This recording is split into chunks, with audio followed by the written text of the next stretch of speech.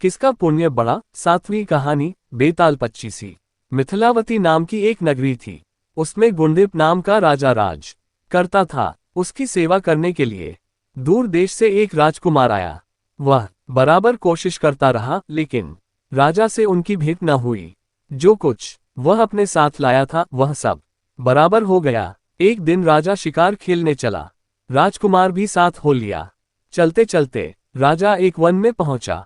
वहां उसके नौकर चाकर बिछुड़ गए। राजा के साथ अकेला वह राजकुमार रह गया।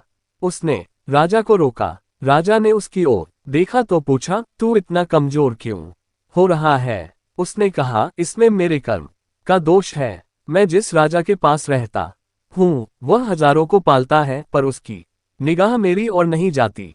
राजन, 6 बातें आदमी को हल्का करती है। खोटे नर की प्रीति, बिना कारण हंसी, स्त्री से विवाद, असज्जन स्वामी की सेवा, गधे की सवारी और बिना संस्कृत की भाषा। और हे राजा, ये 5 चीजें आदमी के पैदा होते ही विधाता उसके भाग्य में लिख देता है। आयु, कर्म, धन, विद्या और यश। राजन, जब तक आदमी का पुण्य उदय रहता है तब तक उसके बहुत से दास रहते हैं। जब पुण्य घट जाता है तो भाई भी बैरी हो जाते हैं। पर एक बात है, स्वामी की सेवा अकार्थ नहीं जाती, कभी न कभी फल मिल ही जाता है। ये सुन राजा के मन पर उसका बड़ा असर हुआ। कुछ समय घूमने घामने के बाद वे नगर में लौट आए। राजा ने उसे अपनी नौकरी में रख लिया। उसे बढ़िया बढ़िया कपड़े और गहने दिए।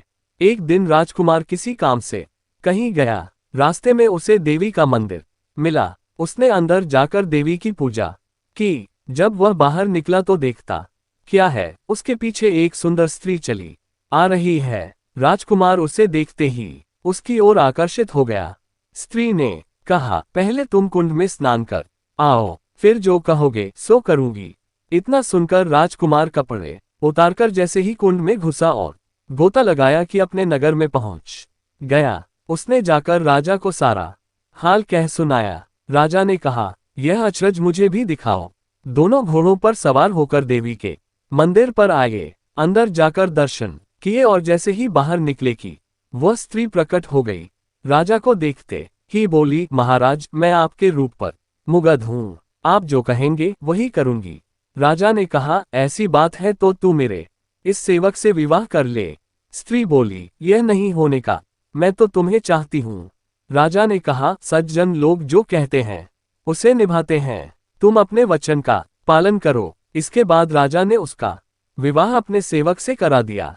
इतना कहकर बेताल बोला, हे राजन, ये बताओ कि राजा और सेवक दोनों में से किसका काम बड़ा हुआ। राजा ने कहा, नौकर का। बेताल ने पूछा, सो कैसे। राजा बोला, उपकार करना राजा का तो धर्म ही था, इसलिए उसके उपकार करने में कोई खास बात नहीं हुई। लेकिन जिसका धर्म नहीं था उसने उपकार किया तो उसका काम बढ़कर हुआ। इतना सुनकर बेताल फिर पेड़ पर जा लटका और राजा जब उसे पुनः लेकर चला तो उसने 8वीं कहानी सुनाए। अगर आपको बेताल 25 कहानी अच्छी लगी हो तो चैनल को लाइक करें, शेयर करें और सब्सक्राइब करें और इसके आगे की कहानी देखने के लिए बेल आइकॉन को प्रेस करें ताकि नए वीडियो की नोटिफिकेशन सबसे पहले आपके फोन पर आए।